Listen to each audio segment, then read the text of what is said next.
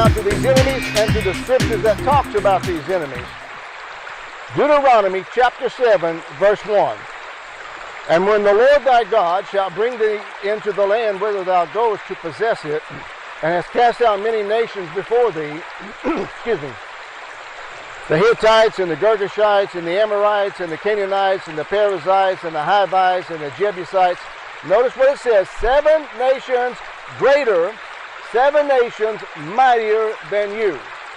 Now these 7 nations that have been named, Canaanite, Amorite, Jebusite, Girgashite, Hivites, Hittites, all these 7 names reveals the nature.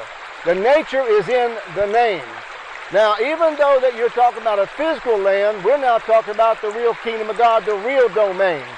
So what we're going to do is take this carnal Old Testament, reveal it through the spiritual New Testament, and understand that Christ said, the words I speak, they are spirits and they are life. What we saw in the Old Testament is an old covenant. What we're seeing in the New Testament is the new covenant. So we're going to be looking at the old covenant from an outside exterior carnal government that God had to intervene in on, to now the hidden one, so we can eventually see the real one. I hope you see those 3 transitions. Now the name is in the nature. The very nature itself reveals how it will behave, conduct itself. It deals with the human nature. If you would, all of these are describing human behavior, human nature. This deals with your constitution, your temperament, your personality. This deals with how you conduct yourself, behave yourself, operate in the earth today. It shows you all about your temperament, hot, cold. It shows you all about these realms of the human nature. So we're going to be taking a look at your disposition and your character, your constitution, your temperament, your personality, your nature. All that is revealed in these 7 names.